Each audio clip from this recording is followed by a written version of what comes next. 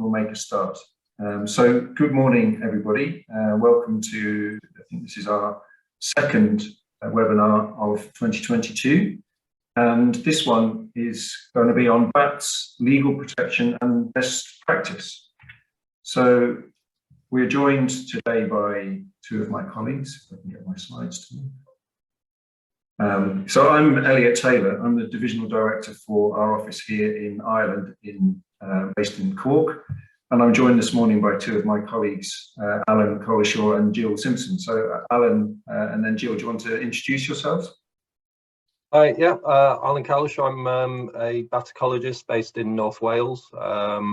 I've been working with bats for about probably 8 or 10 years. And I think they're fascinating. Hope you do too. Thanks, Alan. And Jill? Thanks both. Yes, I'm Jill Simpson. I've been with APEM for almost a year now. I am what you describe as an enthusiastic general terrestrial ecologist. So I'm not a bat specialist, although I've covered bats throughout my career. I don't have a bat license, but know all of the ins and outs, as you will. Yeah, I've been in consultancy for about 15 years now. So I'll be covering the legislation section of this talk in between two of Alan's interesting sections. Thanks, Jill. And hiding in the background, actually, we've also got my Associate Director colleague here in Ireland, Elaine Drummy. Elaine, do you want to just say hello as well? I'll say hello, yeah. Hi, everybody. I'm just going to stay hiding. Thank you, Elaine. Okay, so for those of you who may be not so familiar with APEM, just a very quick run through of who we are. So we're specialists in 4 areas: marine, freshwater, terrestrial and geospatial. We provide consulting services across all 4 of those sectors, and increasingly we provide it on a global basis. We have work in the USA and Australia, for example, as well as in Ireland and in the UK. So we work across all of the industries: water, renewables, power and utilities, marine and ports, construction, transport, and the environmental sector itself. We work a lot with regulators, water companies, and developers. So our offices, it's originally a UK company. So we have a number of offices across the UK in Scotland, England, and Wales. And then I started the office here in Cork for us in September 2020. In July 21, we acquired Woodrow, who are based in Sligo. And then very recently, in February this year, we acquired Aquafact, who are based in Galway. So we have now a strong footprint and covering 3 of our 4 sectors directly here within Ireland, with the geospatial sector also being covered here, but from the UK still at the moment. So I will hand over now to Alan, who will get into the meat of the presentation on bats. So over to you, Alan. I hope you can move the slides okay. Thanks, Elliot.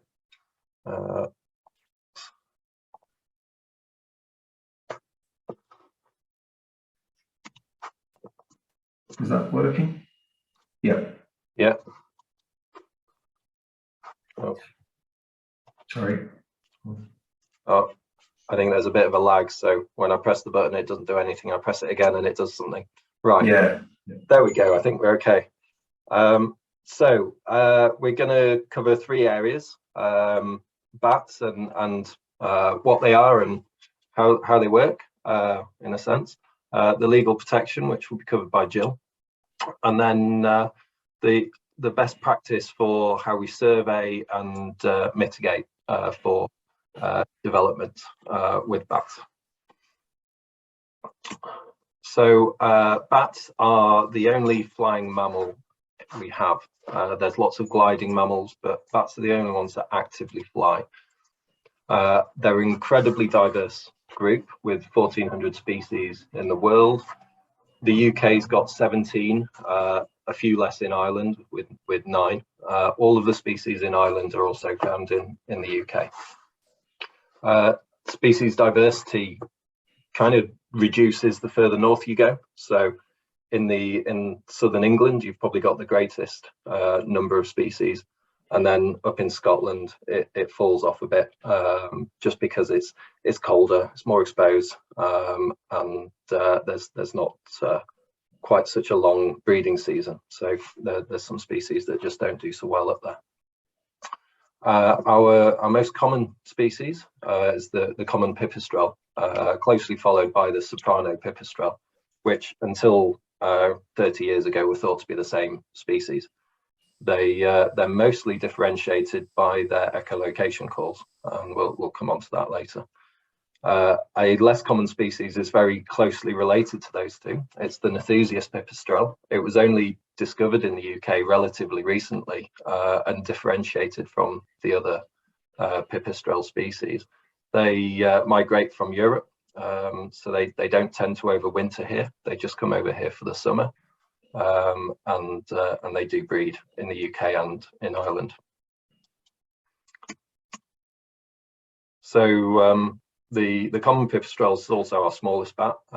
You can see one on the right there, sitting on the tip of a thumb. They will fit into the gap between two bricks, so they don't need a big space to roost. Our largest bat in the UK is the noctule. In Ireland, there's a closely related species called liselets, which is a little bit smaller, but still a decent size. They've got a big wingspan, and when they fly over you really do see it. And they can also be very loud. And it's one species of bat which you can hear without a bat detector. Usually bats aren't heard because they use very high frequencies. But the noctule has got quite a low frequency call. And because it's so loud, you can sometimes hear them when they fly over. With a loud sort of squeak. The noctule's also it's got quite a good bite. You can see the picture there that it's being handled in a pair of leather gloves. I have had noctules bite all the way through leather gloves. Not quite to break the skin, but you can certainly feel it when they do bite through.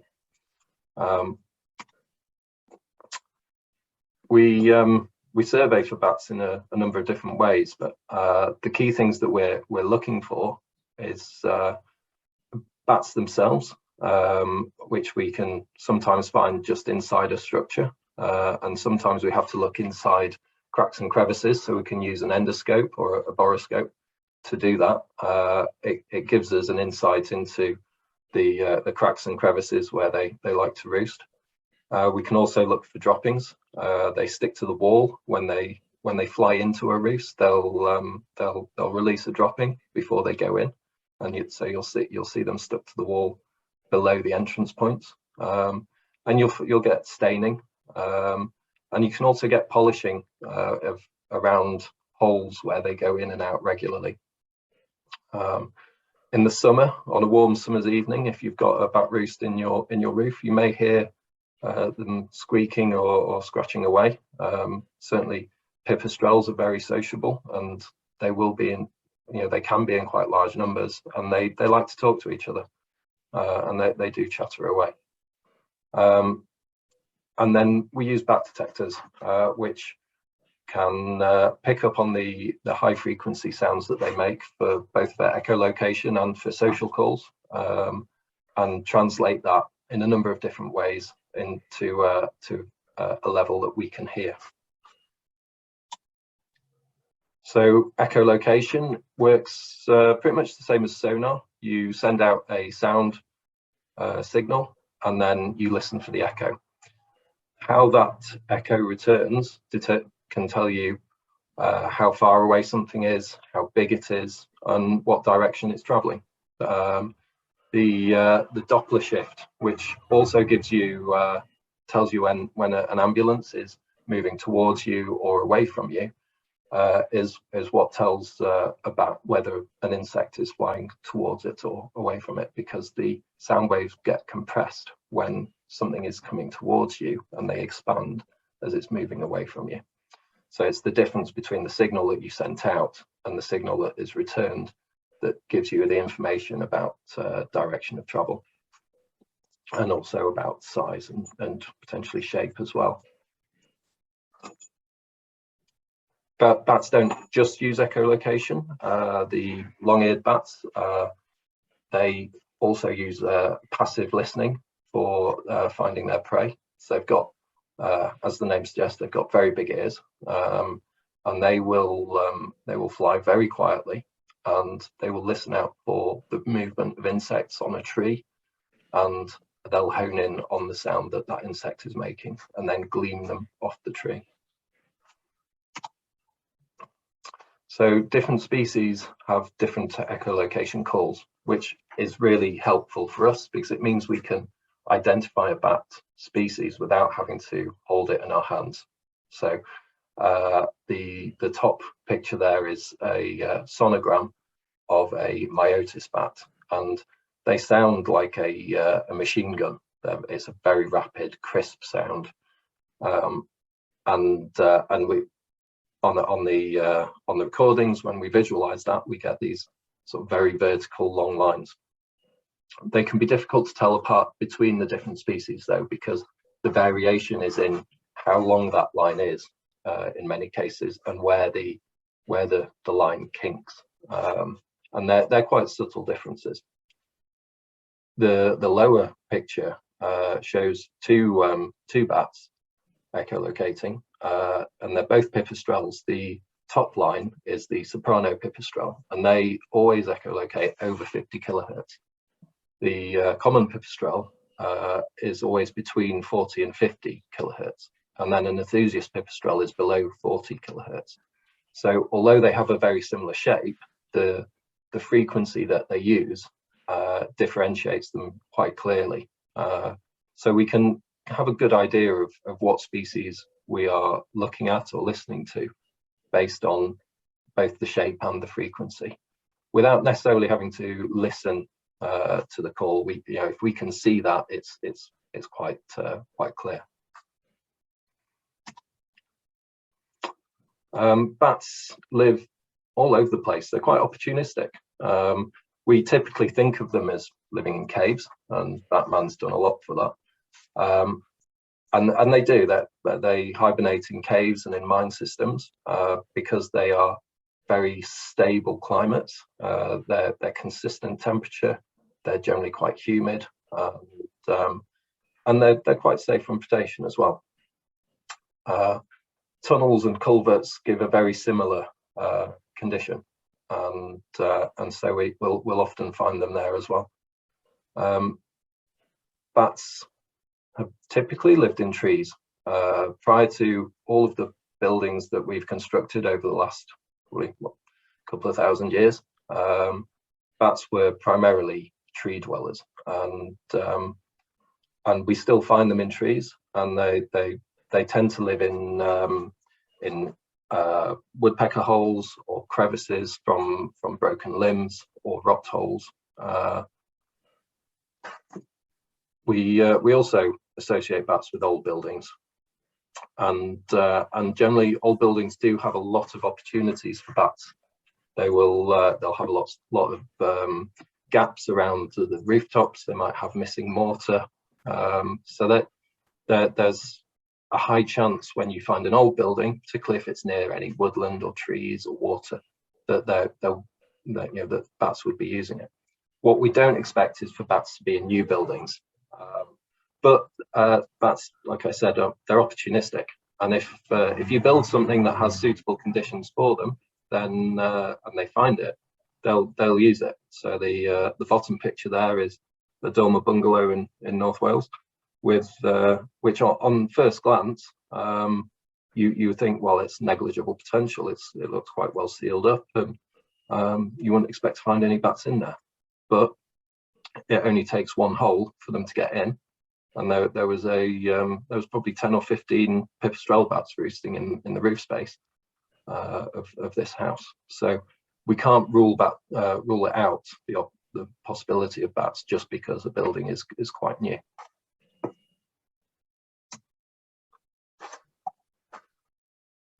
So we also find that bats are very sociable, particularly in the summer especially. and when they're breeding, and you get quite large maternity colonies. But some bats also like to roost on their own. So the picture on the left there is a greater horseshoe bat. Now, we don't generally get greater horseshoe bats in North Wales. They're in South Wales and the southwest.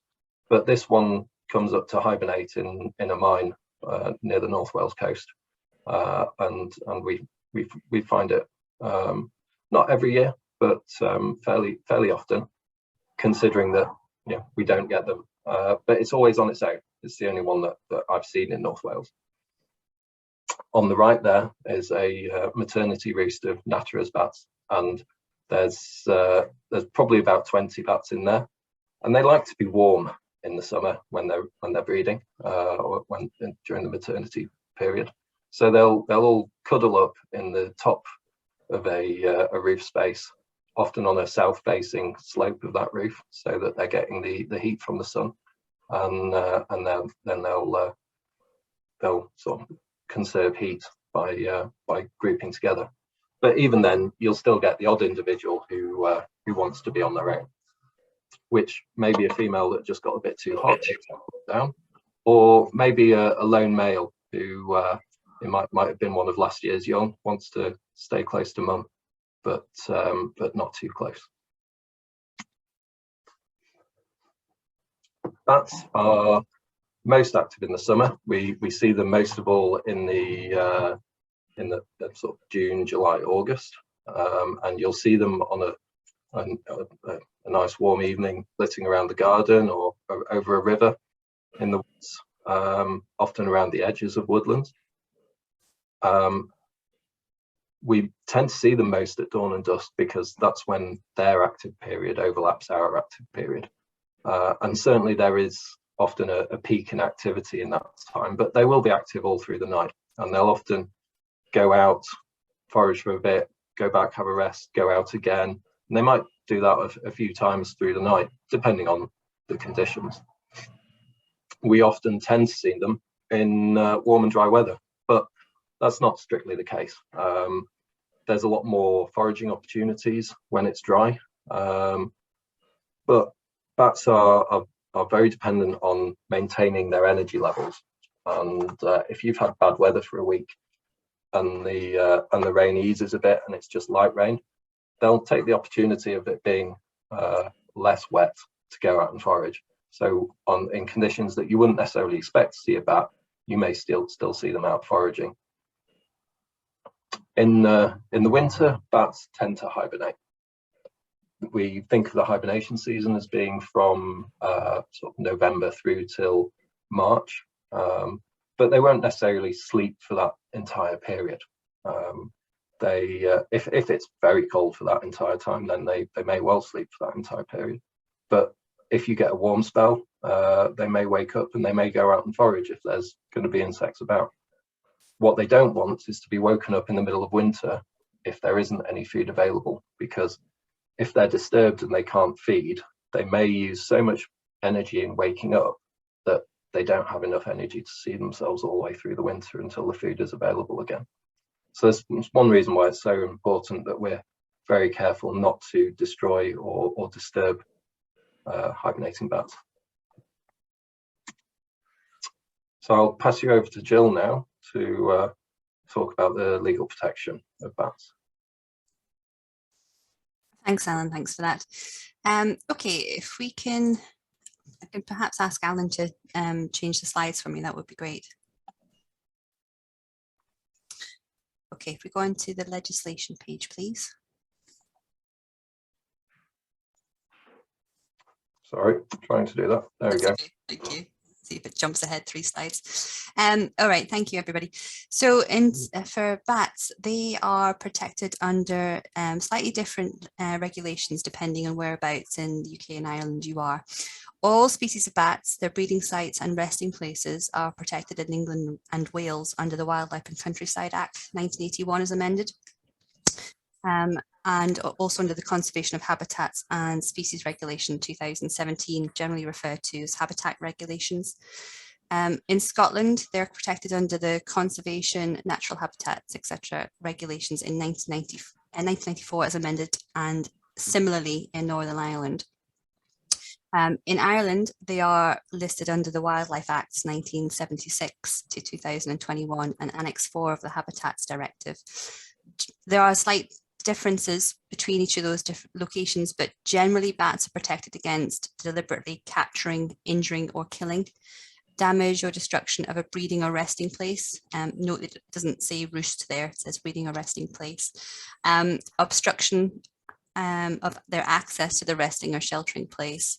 And then this is a particular element which is slightly different in Ireland, but generally they are also protected against possessing them, selling, controlling or transporting live or dead bats without a license in place, and intentionally and recklessly disturbing a bat while it's in a structure, place of shelter or protection.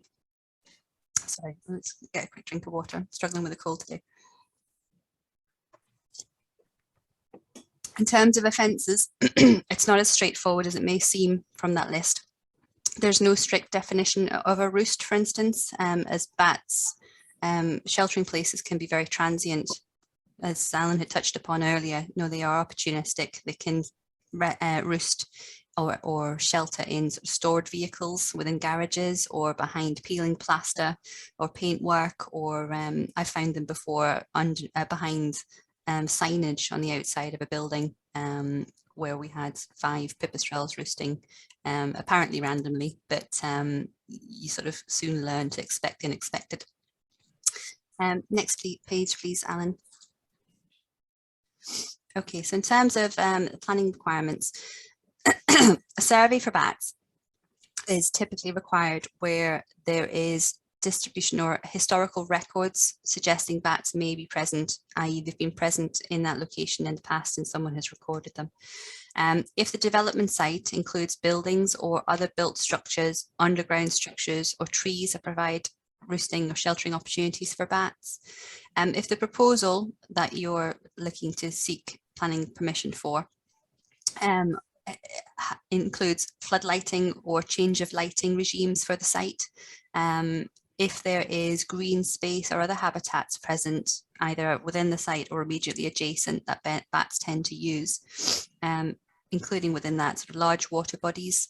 Bats will often feed over large water bodies, foraging on flying insects.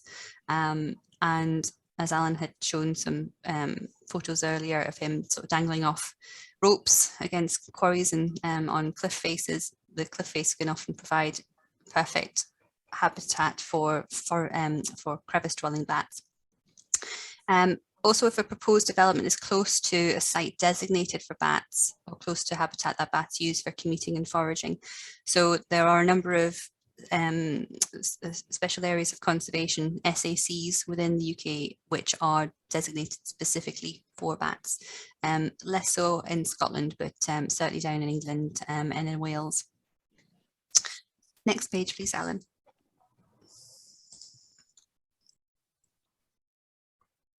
Thank you. Okay, so the most common reason that you may need to employ the services of a professional ecologist is if a building project or development proposal has been identified as having the potential to have an impact on bats. Some planning authorities have their own checklist or guidance that you can use in assisting you in identifying the requirements to employ a professional ecologist.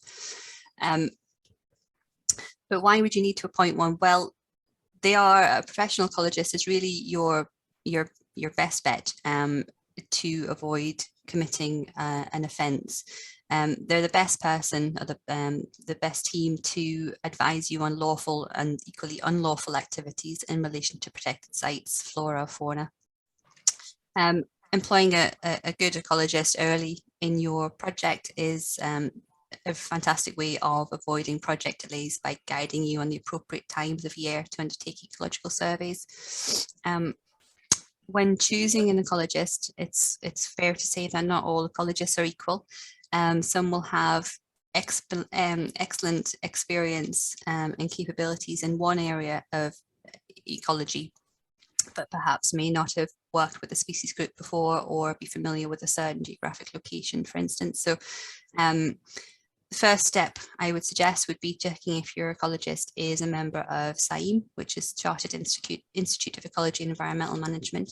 To be accepted as a member of SAIM, they must demonstrate professional integrity and competency in a variety of ecological surveys. An ecologist must hold the appropriate and up-to-date survey license for the relevant territory to undertake bat surveys, as a survey itself may cause disturbance, and so in itself can be an unlawful activity unless the person undertaking the survey has got the appropriate license.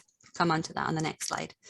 And then generally, if you're employing a service as a professional ecologist, I would just strongly recommend that you seek multiple quotations and then compare like with like to see what you are getting, because there will be wild differences between what people propose in terms of the recommendations or their level of survey effort, for instance.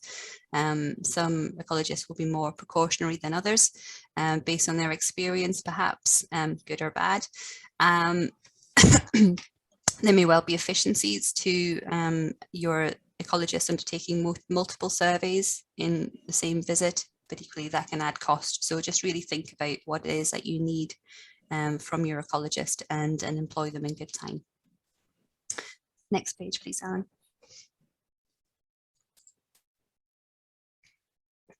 Thank you. So in terms of licenses, this can sometimes cause confusion. Different countries have slightly different licensing regimes, but the purpose is all the same. You need a mitigation license if your work will have impacts on protected species, to enable you to undertake activities that would otherwise have been deemed illegal under the previously described legislation. But there are two different types of licenses. There is a survey license, which is held by the individual ecologist for the purpose of data collection. So to enable your ecologist to go out and survey for resting spaces, which could in itself disturb bats, which happen to be in those resting places, the ecologist needs to hold a survey license related to the location. So for Natural England, they will need the Natural England, for England, they need the Natural England license, and etc. A mitigation or development or derogation license, these are all the same things, but they're just termed differently depending on where in the country you're applying for your license. This is held by the developer for a specific project and details the methodology and mitigation required for that individual project. And the ecologist may or may not be named under that license, but they would be they would advise you on how to meet the conditions of your mitigation development license, but ultimately the responsibility of following that license and all the conditions is the responsibility of the developer. In England, there's a bat mitigation class license system in place, and also they've very, very recently been trialling an earned recognition scheme. The BAT low impact license is a mitigation class license that allows registered ecological consultants to interfere with certain bats and their roosts. There are 4 annexes to that license that specify which species and roost type the ecologist can interfere with and the areas within England that they can work. For the earned recognition scheme, this only came into play really in January of this year, so it's very recent. Excuse me. There are different competency requirements based on the level of accreditation applied for by the ecologist, which in turn relates to the degree of risk to bats and bat roosts from projects that the accredited consultant will be able to work on. So, simply put, consultants who work on projects that involve higher risks to bats require a higher level of accreditation that involves demonstrating a higher level of competency. I think we all recognise that in time this earned recognition scheme is probably going to overtake the bat mitigation class license system, but as I said, it's very early doors. I think that is everything from me, Alan. I'll pass back to you. Great, thanks, Jill.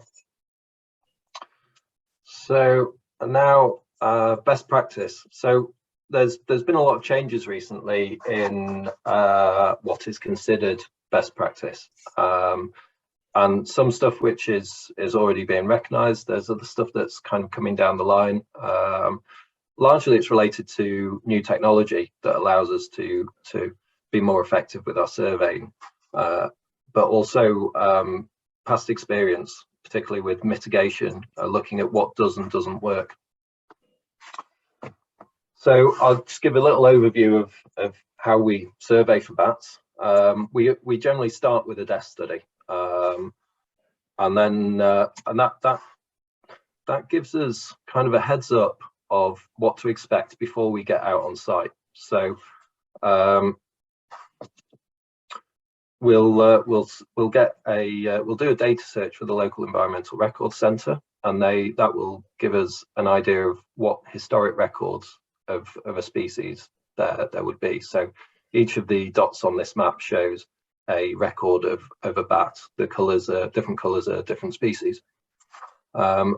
We can have a look at that to see what's been found close to where we're doing the work previously. So it gives an idea of what species to expect, but it might give us an idea of commuting routes. So for example, down towards the bottom right, you can see there's a long line of records. Now that may indicate that bats are going up and down there a lot. It may just mean that someone's done a lot of surveys there. And this is one problem with historic records. It gives us an idea of records. It doesn't necessarily tell us about population sizes or what's actually going, but it can give some insight. We'll also look at designated sites. So this is showing all of the ancient woodland in the area. Now, bats love ancient woodland because it's full of veteran trees. It gives a lot of shelter. There's a lot of insects. So it's a useful thing for us to know before we go out on site. We can also overlay sites of special scientific interest or special areas of conservation, special protection areas, so that we know whether there are any designated sites, either for bats or for other species, or habitats that might have an impact on the development. And then we can also look at habitats. So certainly in Wales, there's a Welsh resource for a habitat survey of the entire country. It's not very high resolution, but it can give you an idea of what's around there, whether it's woodland or grassland or marsh. On this map, I was able to highlight some of the local mines which might be used for hibernation by bats, which may influence whether bats were hibernating at the actual survey site. So the desk study just gives us our kind of first bit of a heads up on what we're going to be looking at, and we do that for pretty much every survey that we do. We'll start by looking at any historic data. Once we've done that, we'll do a scoping survey or a preliminary roost assessment. Now that might be for buildings or trees or for cliffs. It's essentially the same thing. We're going to take a walk around and have a look to see if we can find any opportunities for bats or any obvious evidence of bats, or even any bats that are there. So we might be looking in a building for missing or raised slates that give an opportunity for bats to get into the roof space, or gaps in the fascia boards, or droppings that might be stuck to the wall underneath an entrance. And it's about building up a picture of what's going on. Bat surveying is largely, it's like being a detective, because you never see the full picture. You're always trying to piece together from little bits of evidence what's going on, until once you're satisfied that you've done everything you can kind of put forward your case. Once we've done a preliminary roost assessment, if we've established that there's some potential for bats, then we need to look at doing alternative surveys that will give us more information. So an emergent survey for buildings or trees is the most probably the most common form of sort of phase 2 survey that we do. We'll have surveyors located in strategic places to get a good view of the entire structure. So each arrow on this position shows where a surveyor was stood and what they were looking at. And we will observe the structure either from just before sunset and then for a couple of hours, or from a couple of hours before sunrise until just after, to see when bats are either leaving or returning to a building or a structure or a tree. That allows us to see where they're going, where they're coming from or where they're going to, and we can pinpoint actual roost locations. And it also allows us to record their echolocation calls and identify the species. We'll also have a look inside cavities in trees, either on the end of a rope or up ladders or in a cherry picker, depending on the resources and what the access is like. And we'll put an endoscope in, we'll use torches, and to see if there's any bats in there, or any evidence of bats. Now, evidence of bats doesn't always last that long. If there are droppings in the bottom of a hole in a tree, they tend to rot quite quickly. But you might get polishing around the entrance or staining, or you may have a bat that's tucked away up there. So if a tree needs to be chopped down and we've established that there are potential roost features, then we do have to have a closer look. Sometimes a tree is too dangerous to climb, and if you can't get a cherry picker in to get a closer look, then we may do emergent surveys as we would with a house or any other building. They are not always that effective though, because you generally have a lot of leaf. We have to do it in the summer, and you've always got a lot of leaves in the way. So it can be an option, but it depends on the situation. So we have to be quite flexible in our methodology, depending on what's happening. And we generally establish that when we're doing the preliminary assessment. A transect survey is a really great way of establishing activity levels within a larger habitat. So if you wanted to, for example, build a wind farm or a large housing estate, and you're going to be affecting a large area, or maybe flood defense works or something like that, you want to know whether the works you're going to do are going to have an impact on bats on the wider scale, rather than in a specific location that might be a roost. What you don't want to do is affect where bats commute, because they use linear features for moving around. You don't want to be affecting where they're foraging. If you chop down a whole load of trees, then you effectively remove an entire section of their foraging habitat. So you want to establish if that area is used by bats. So we walk with a transect survey a set route. We'll do this regularly through a season. So it might be a monthly occurrence, and we'll walk the same route.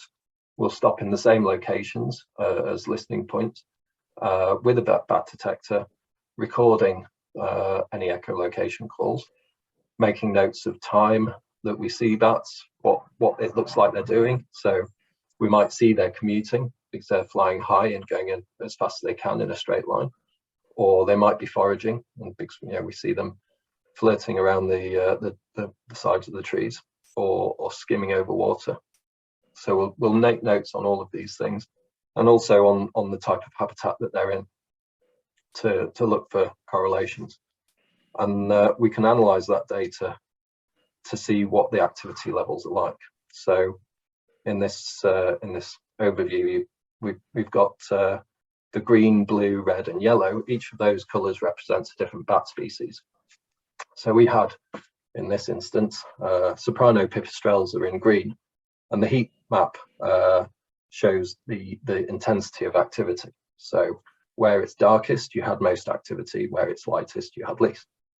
and we could see that on the in the northeast we had a lot of soprano pipistrelle activity, but they were sort of found throughout, whereas we only had noctules down in the south, and that was where we observed them commuting along the river. And this means we can tailor any work that we're doing to fit with the bats rather than just carrying on regardless. So if there's particular trees which are really important foraging spots, such as the red spot, which is some myotis bats, we think about retaining that spot especially to avoid disturbance, or if we have to chop those trees down, for example, providing mitigation and compensation later. We also put static detectors out. So these are the same sort of bat detectors, but we leave them for long periods. And we might put them out for a couple of weeks every month for the entire season. And we'll do it in strategic locations that fit with the proposed works. And you can see that the activity levels through the summer peak in August and tail off again, and that allows us to think about the timing of the works and when we need to be doing work so as to minimize disturbance. We also do hibernation surveys in the winter to see what bats or if there are bats hibernating there. This is a culvert that goes underneath the main road and underneath a load of buildings where they've had to do a lot of maintenance works over a number of years to make sure it doesn't collapse because of the traffic. So each time the works are done, prior to those works, we go in and we just check that there aren't any bats there that are going to be disturbed. Sometimes we see bats quite obviously, just clinging to the side or the roof. Sometimes they're hiding in crevices. So it's a combination of torches and endoscopes for that. And we'll also monitor the temperature and humidity levels within the culvert or the mine or cellars. Castle cellars are a great one for hibernating bats. It's just as you'd expect, I suppose. So mitigation and compensation and enhancement. These are three terms which get bandied around and are often used interchangeably, but they are quite different. Excuse me. So mitigation, it's about preventing or minimizing the impact in the first place. So we can do that by timing works. So if you've got a building with bats roosting in it in the summer and you want to replace the roof, well, you do that in the spring, early spring, or in the autumn, so that you're doing it before the bats arrive. You do it by design, so you avoid putting lighting where there are going to be or where we've established there are bats through the survey work. And then we also have ecological clerk of works, where you'll have an ecologist on site during the works. They will be able to provide a toolbox talk to the operatives, explaining what they're likely to find and what to do if they do find something.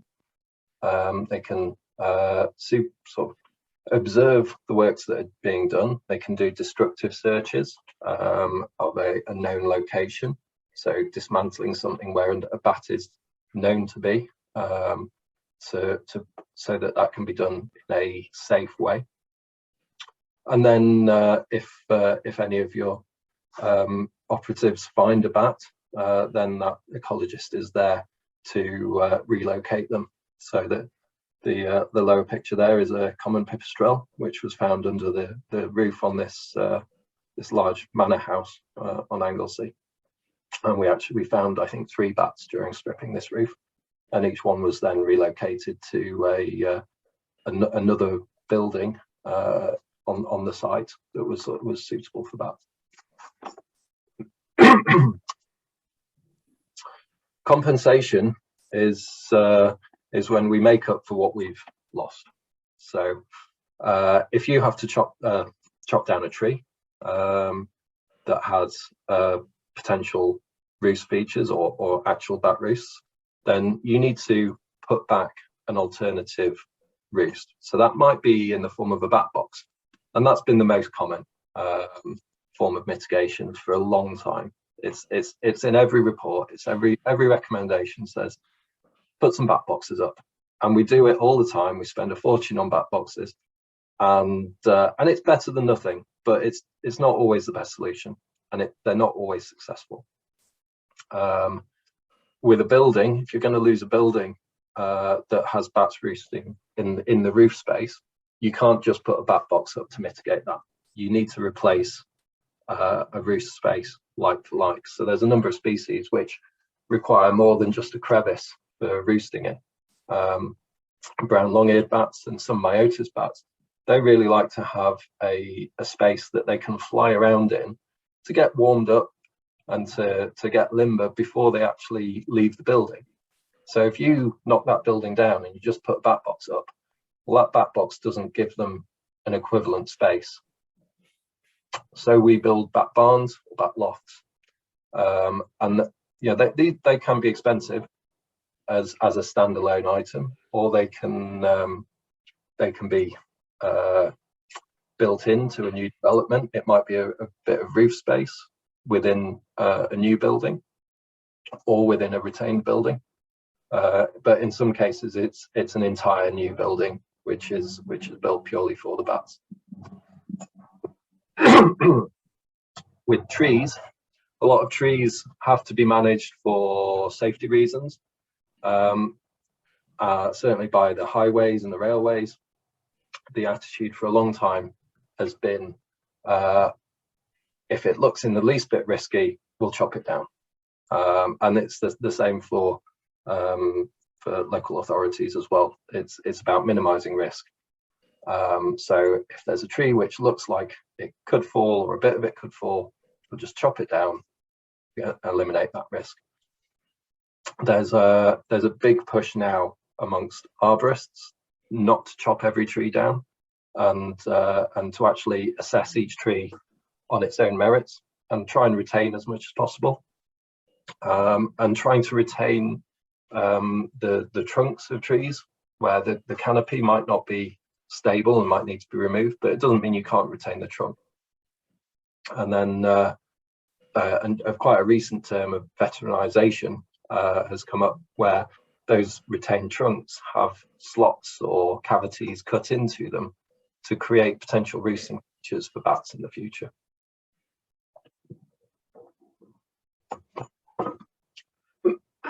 Excuse me. The bottom picture there is a bat box which has been built within the structure of the new roof, in the location where bats have been observed from emerging during surveys. So although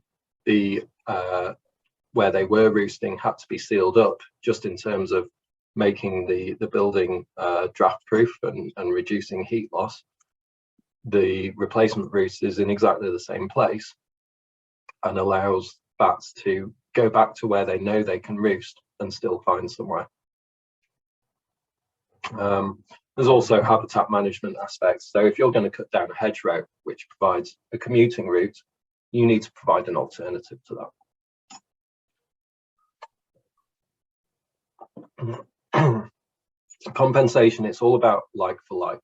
If you're going to lose something, you need to put it back one way or another. And then that brings us on to enhancement. There's a lot of legislation now. In Wales, we've got the Environment Wales Act. In England, there's the recent Environment Bill that it's specifying that you can't just compensate for what's lost. You have to do more, because we spend a lot of time not even compensating for what's lost. And now we're starting to compensate, but we need to make up for all the damage that we've done over the last however many years. So enhancing makes a big difference. Excuse me. So with enhancement, it comes down to putting back more than you're losing. So if you're losing one bat roost, then you create 2 or 3 or 4. If you're losing a crevice, create a loft which has got crevices in it, but is also creating a roosting site for other species which wouldn't just use a crevice. And that the same goes for trees. But also habitat management. You might be building a housing estate in a field, which is relatively low value if it's an improved grassland or arable field. Not very good value for wildlife in general. But if you plant a whole lot of trees, hedgerows, put some ponds in, then you're creating a much better situation for wildlife in general, not just bats, and for people as well. So enhancements are really key to making the situation better.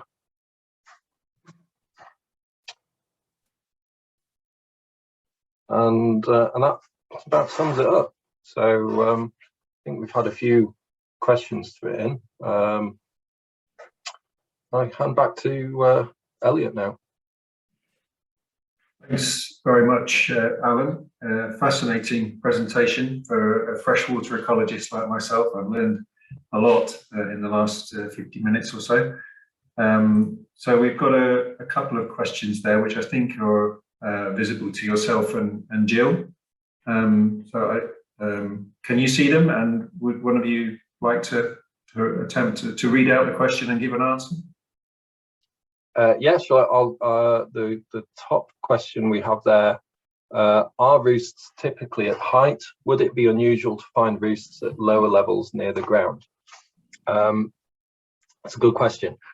We normally expect to find bats higher up, and certainly when we recommend installation of bat boxes, we say put them at least 3 or 4 meters above ground level, and that partly that's about avoiding disturbance from predators like cats or from people.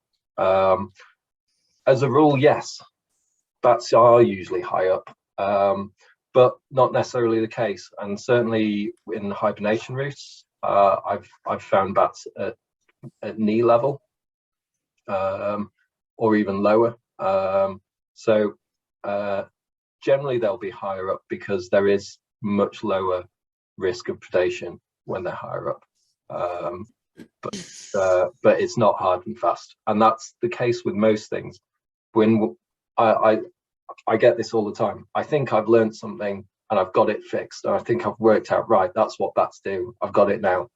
And then the next week I'll go out and they'll do something completely different, and every time I think I've got it, I'm just, it's blown out of the water because they are very adaptable and opportunistic. And if there's a situation that seems right, then they'll use it. Thanks, Alan. And there's another question there on the preferred timing for a bat survey. Yeah. So please confirm the preferred timing of a bat survey in a year. Are there cut-off dates and optimum timing for works to a habitat or roost within a year, and provision of mitigation scheme? Are there cut-off dates? Yeah, Jill? Yes, so there is, very much so. So what we would usually say is all surveys typically start with what's called a preliminary ecological appraisal, or a PEA. It's generally the first time that an ecologist goes to site. So we would typically suggest that's the starting point. A PEA can be done at any time of the year, but if you are hoping to undertake or combine with that sort of a preliminary roost inspection for bats in trees, for instance, there's definitely benefit of going out on site when the trees are not in leaf, so that you have better visibility of any cracks and crevices within the tree. So during the autumn or winter, early spring, it's quite good for that. But then again, it depends on the location that your site is in, because that will influence how active bats are across the season. Typically, the north of Scotland, for instance, has a shorter survey or a shorter active season for bats than the very south of England. But sort of trying to generalize it, there are certainly key windows or key periods within the year where it is optimal to undertake survey activities. Clearly, if you're wanting to undertake the transit surveys or activity surveys that Alan had mentioned earlier, it's pointless to go and do that when the bats are in hibernation. So we would look to undertake them sort of between April through to mid-October, again, depending on the location you are within the UK.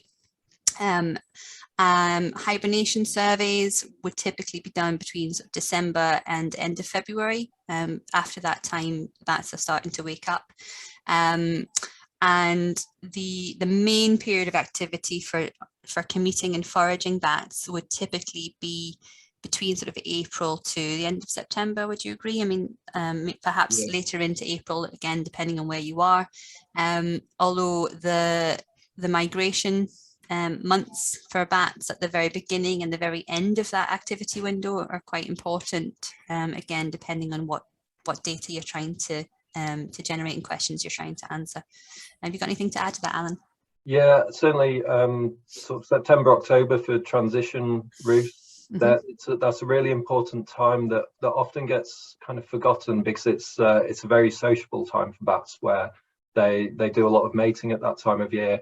And they're deciding where they're going to hibernate, who they're going to hibernate with, that sort of thing. So and they'll be moving between their kind of the summer roost and the winter roost. So but the key period for emergent surveys, which is probably the biggest constraint with development, if you've got a building that you want to demolish or do works to, and you have to have emergent surveys, the guidelines state that they need to be carried out between the beginning of May and the end of August, with some going into September if you've already carried out your initial surveys within the peak period.